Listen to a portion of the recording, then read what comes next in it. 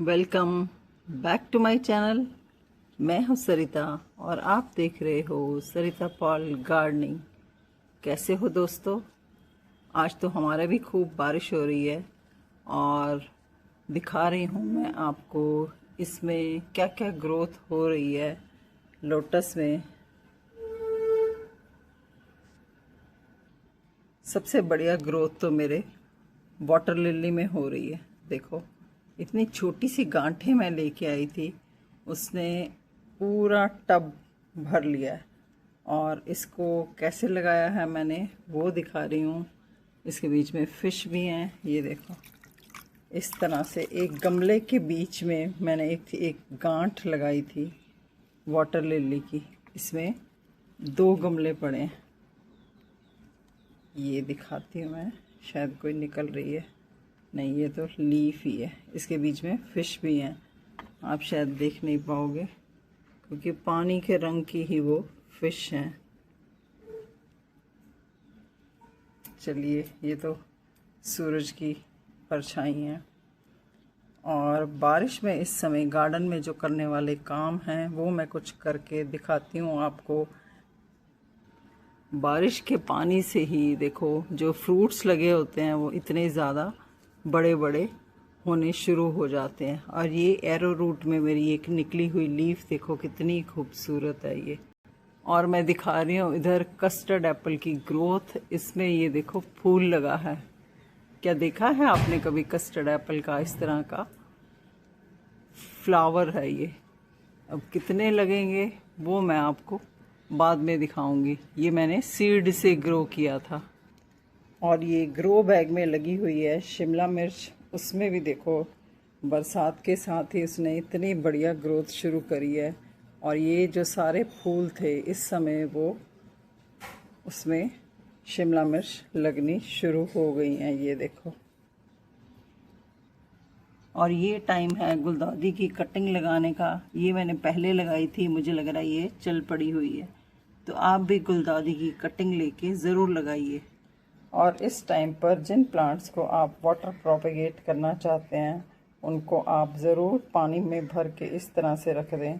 दिख रहा होगा आपको ये इसमें रूट्स आनी शुरू हो गई हैं। तो ये वाटर प्रोपेगेशन भी आप कर सकते हैं। ये भी इस तरह की ट्रांसपेरेंट बॉटल लेके छोटे मुंह वाली आप बेलें उसमें डाल सकते हैं। ये मैंने एक बेल को डाला है। स्ट्रिंग ऑफ हार्ट है ये। देखते हैं अब ये कैसे ग्रोथ करती है।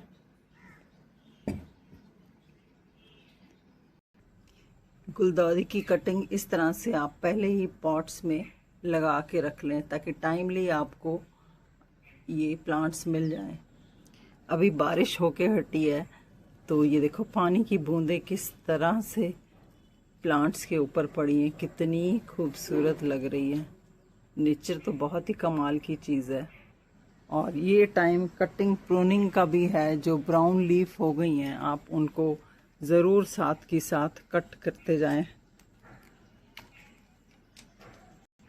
और मेन प्लांट के साथ जो दूसरे सक्कर्स निकलते हैं उनको तो हटाना बहुत ज़रूरी है। देखो कितने बड़े बड़े ये हो गए हैं। और मेन जो गुलाब का प्लांट है वो छोटा सा रह गया। ये सारे सक्कर्स हैं। और जो खिल चुके हैं प्लांट्स फ्लावर्स उनकी भी साथ में प्रूनिंग करते रहें। और इस टाइम देखो भर भर के खिले हुए हैं पोर्टुला का पोर्चुला। और उसके ऊपर मधुमक्खियाँ इतनी मंडरा रही है ना, देखो ये। इसके भी आप स्पेंट फ्लावर्स जो हैं वो साथ के साथ हटाते रहें, नहीं तो उसमें सीड्स बनने शुरू हो जाते हैं। यहाँ पे सीड्स बनते हैं जब फ्लावर ख़त्म हो जाता है। आपको सीड चाहिए तो आप उनको रखो, नहीं तो फिर नई कलियाँ उसकी जगह खिलती रहेंगी। ये देखो, जब इस तरह से कोई नया प्लांट आपके एक प्लांट के बीच में निकल आता है ना तो आपको यकीन मानो इतनी खुशी होती है ना उस टाइम पर कि लास्ट ईयर का प्लांट अपने आप निकल आया। मधुमक्खियाँ तो इतनी मंडरा रही हैं ना। और ये देखो मेरे जो प्लांट फ्लावर्स अभी तक खिल रहे हैं। और इनके सीड्स जो थे ना मैंने नीचे ही डाल दिए थे। देखो उससे भी ये कितने सारे न्यू प्लांट्स नीचे बन गए हुए हैं। बारिश का पानी तो अमृत है। अगर आपके प्लांट्स छत के नीचे पड़े हैं तो आप उनमें ग्रोथ अच्छी नहीं हो रही है तो आप उनको निकाल के ज़रूर एक बार बारिश में रखें। उनके पत्तों की सारी मिट्टी भी हटेगी और उसमें फ्रेश ग्रोथ भी होगी। और मधुमालती में तो बारिश पड़ते ही देखो इतने सारे ये नए बर्ड्स इसमें बन गई हैं। अभी तो खैर छोटी छोटी हैं, आपको दिखाई नहीं दे रही होंगी। जब फ्लावर खिलेंगे तब मैं दिखाऊंगी। कटिंग प्रूनिंग के साथ साथ आप न्यू प्लांट ज़रूर बनाते रहें। ये एक बिगोनिया को मैंने एक राइजोम उसका अलग किया था। ये देखो कितनी अच्छी उसकी बारिश में ग्रोथ हो गई है। और छोटी छोटी लीफ भी आप लगा सकते हो और फिर देखो उसमें ग्रोथ हो रही है कि नहीं। ये देखो मैं निकाल के दिखाती हूँ। देखो बड़ी मुश्किल से निकला और ये मुझे लग रहा है इसके नीचे इसने जड़ पकड़ ली थी। वैसे ये गलती नहीं करनी चाहिए कि निकाल के दिखाने वाली। और ये टाइम पर रीपॉटिंग का टाइम भी है। मैं ये इस तरह के 4 गमले लेके आई हूँ। देखो बहुत ही खूबसूरत से गमले हैं। 11 इंच वाला ये गमला है। 4 गमले मैं इस तरह के लेके आई हूँ और वाइट कलर तो मुझे बहुत पसंद है। ये डबल लेयर वाले हैं, ऊपर से पकड़ने में आसानी है, तो रीपॉटिंग के लिए ये टाइम बेस्ट है। इस टाइम पर मिट्टी क्योंकि गीली होती है तो आप पहले ही इस तरह से किसी बकेट में मिट्टी बना के रख लें। इसमें मैंने ये देखो राइस हस्क, रेत, थोड़ी सी नीम खली और मैंने इसमें वर्मी कंपोस्ट डाल के ये इतनी बड़ी बाल्टी मिट्टी की पहले ही बना के रखी हुई है, ताकि मैं जब रीपॉटिंग करूं तो मुझे गीली मिट्टी ना मिले, अच्छी मिट्टी एकदम से मैं तैयार कर सकूं।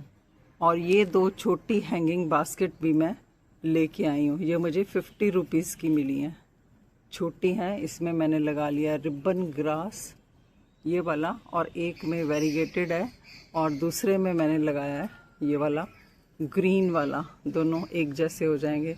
और ये जो पीछे बास्केट है, ये वाली बड़ी बास्केट है तो काफ़ी हैवी हो जाती है। ये 100 रुपीज़ की थी और ये 50 रुपीज़ की आधी है उससे। तो जिन प्लांट्स की रीपॉटिंग की है मैं उनको दिखा रही हूँ। ये है कोलियस।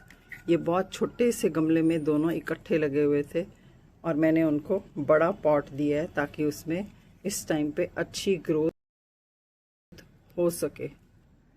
और एक रीपॉटिंग मैंने करी है ये फाइकस की, इस पॉट में लगाया है। इसमें ऑलरेडी एक ये लगा हुआ है, तो दोनों एक जैसे मेरे पॉट में फाइकस ही लग गया और इस टाइम अच्छी ग्रोथ करेगा ये।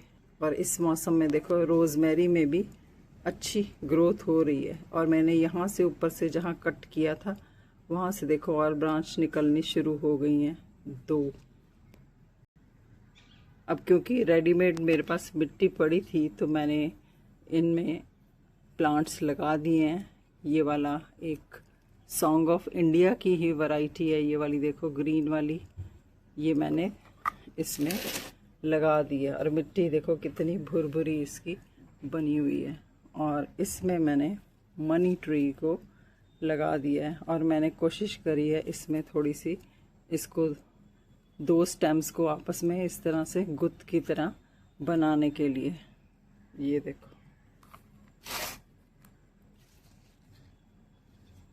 देखते हैं अब ये किस तरह का बनेगा। और नेक्स्ट जो मैंने प्लांट इसमें रीपॉट किया है वो देखो ये है क्रैसुला ओवाटा और ये भी मेरी बहुत अच्छी ग्रोथ कर रहा है।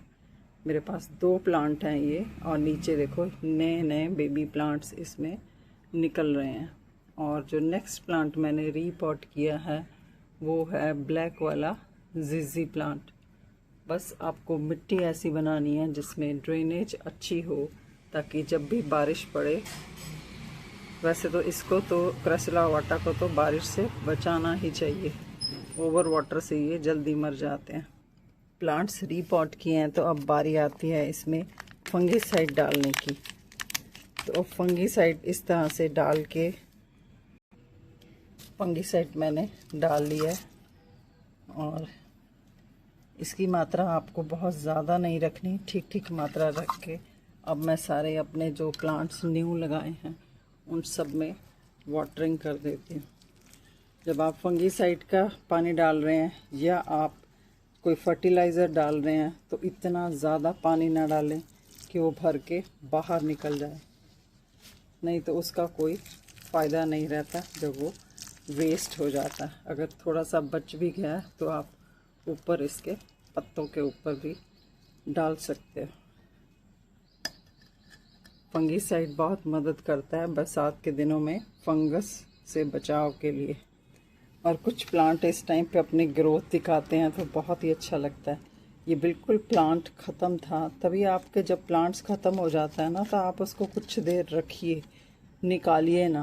बारिश के मौसम में वो फिर से अपनी ग्रोथ पकड़ते हैं वो प्लांट्स। ये देखो कितना खूबसूरत ये मेरा चाइनीज़ एवरग्रीन लग रहा है। अगर आपके कुछ ऐसे प्लांट्स हैं जिनमें होल नहीं है तो उनमें देखो कितना पानी भरा पड़ा है, तो आपको ये बात बहुत ध्यान रखनी है, उसमें से पानी को ड्रेन आउट करना है जिसके नीचे होल नहीं है।